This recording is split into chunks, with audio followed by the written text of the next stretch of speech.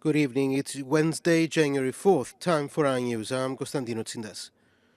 President Anastasiadis and Turkish Cypriot leader Mustafa Akinci had yet another meeting today discussing pending issues ahead of their negotiations starting in Geneva on January 9th.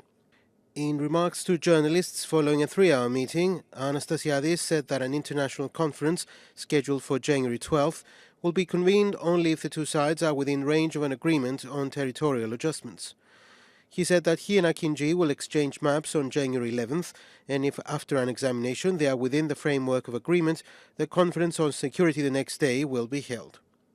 He further added that prior to the Geneva negotiations, a list of all pending issues will be prepared, and a cross-negotiation on all issues will be held between January 9th and 11th.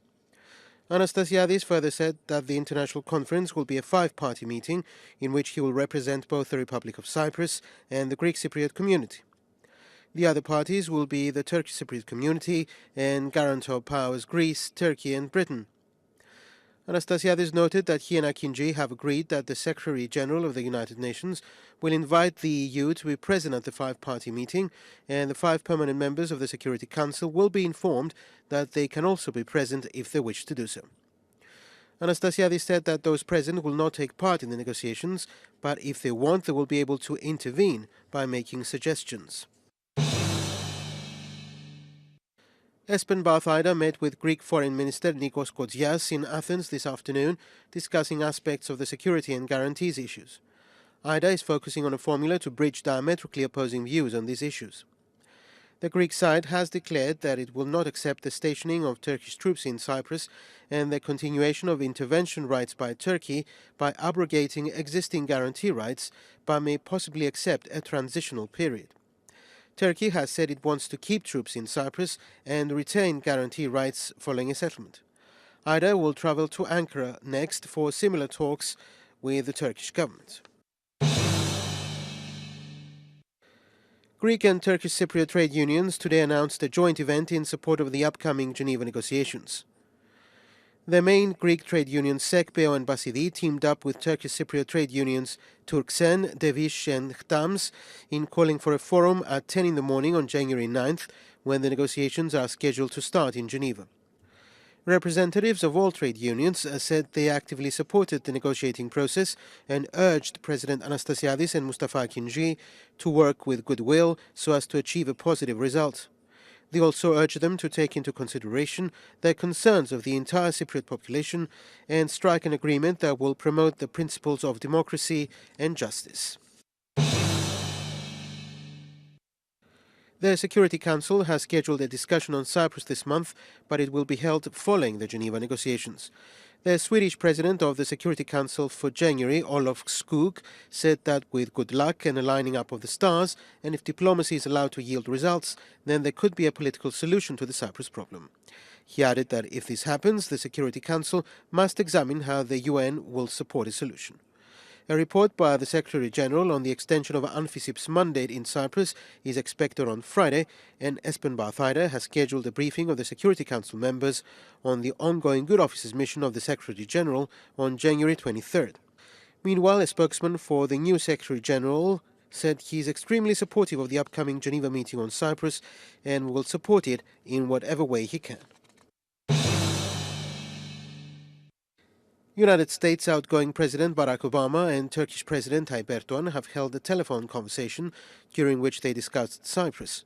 A White House statement said they hoped that upcoming diplomatic engagements will result in an agreement to reunify the island as a bizonal bicommunal federation. Police are seeking several people from India following a clash last night in which a young man died and 3 others were injured.